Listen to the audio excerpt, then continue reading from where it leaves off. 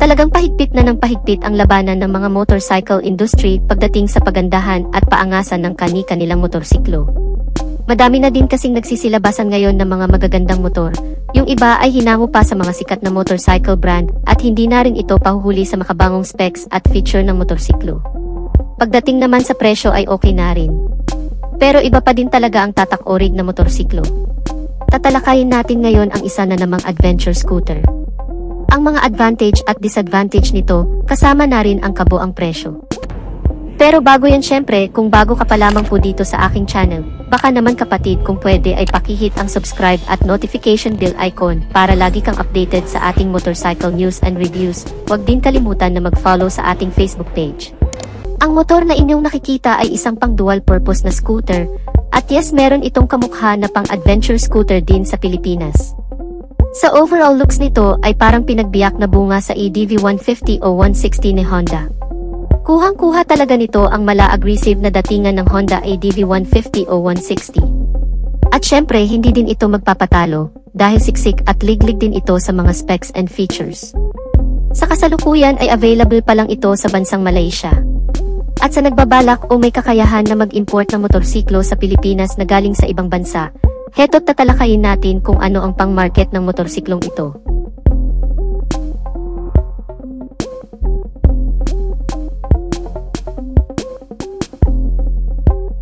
Ang pangalan pala ng motorsiklong ito ay W Moto XDV 250. Sa pormahan pa lang ay napaka-aggressive at napaka-sporty. Talagang sumabay na ito sa makabagong motor ngayon dahil taglay na nito ang makabagong teknolohiya na talaga namang maipagmamalaki mo kung sakaling magkaroon ka ng ganitong klase na motorsiklo. Kagaya na lamang halimbawa ng kanyang instrument cluster o dashboard.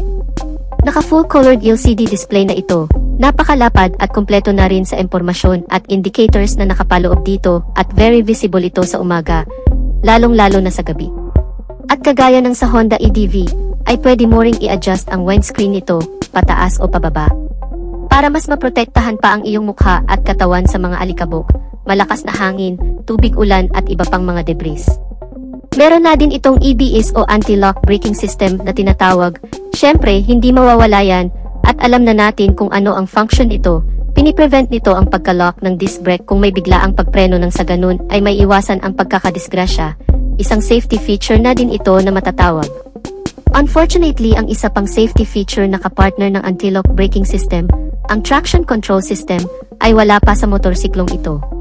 Pero asahan natin na sa susunod na upgrade ng motorsiklong ito, ay magkakaroon na ng traction control system ng kagaya ng sa Honda ADV 160. Lalo pat pahigpit na ng pahigpit ang kompetisyon ng mga motorcycle industry sa panahon ngayon. At speaking of comfort, hindi rin panghuli ang motorsiklong ito, dahil naka-keyway B-shock na ito na may subtank o baso, at naka-adjustable preload ito, para mas smooth pa rin ang bouncing response nito sa rear shock, kahit pa ikaw ay nasa mga malulubak na daanan at kahit pa may angkas, ay kayang-kaya. Naka-upside down telescopic fork naman ang suspension nito sa harapan, binagay lang din sa suspension sa likuran at talaga namang sumasabay na ito sa uso, mas stable ito sa daan, mas smooth din ang shock response at kayang-kaya pang rakrakan sa off-road. Pahaba din ang apakan nito, dahilan para pwede mong mailipat-lipat ang mga paa mo para iwas din sa ngalay, para mas relax din kahit pa sa mahabang biyahe. Siya nga pala meron itong central spine kagaya ng sa Honda ADV at Yamaha NMAX. Napakalawak rin ang underseat compartment nito na kayang magkasya ang isang full face na helmet. Meron din itong front pocket, at nakapaloob sa front pocket ay ang kanyang USB charging socket, at meron na din itong takip. Ang kagandahan din ito ay naka-full LED lighting system na din ito, magmula headlight, daytime running light, signal light, at brake light. Naka-projector headlamps naman ang ilaw nito sa unahan, malakas ang bugahan ng ilaw nito, perfect sa mga madidilim na daanan. At syempre mas nagmukha pang maangas at agresibo ang kanyang front panel design dahil sa projector headlight na ito. Meron na din pala itong auxiliary light sa ilalim, so hindi muna kailangan magpakabit pa ng additional auxiliary lights. Naka-keyless system entry din ang kanyang ignition, na ang ibig sabihin safe ito, at pa-remote ka na lang. Meron naman itong outstanding fuel tank capacity na 13.5 liters, na talaga namang hindi ka nabibitinin kapag nag-long ride ka.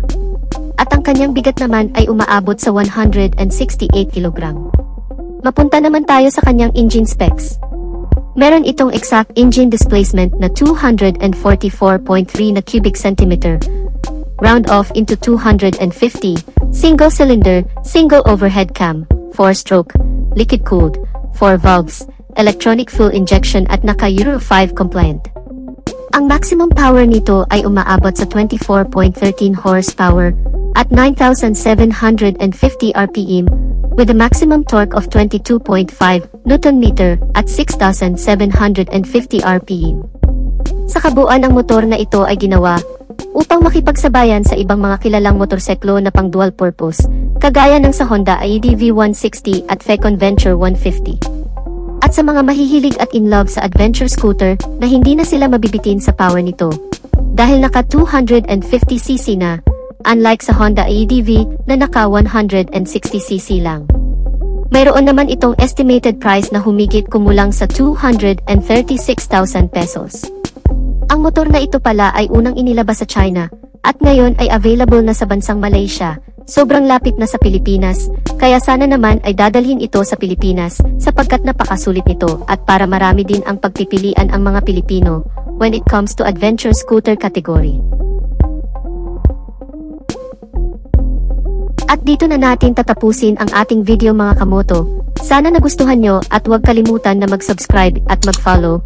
Pakihit na rin ang notification bell icon para always tayong updated sa ating motorcycle news and reviews. God bless and ride safe.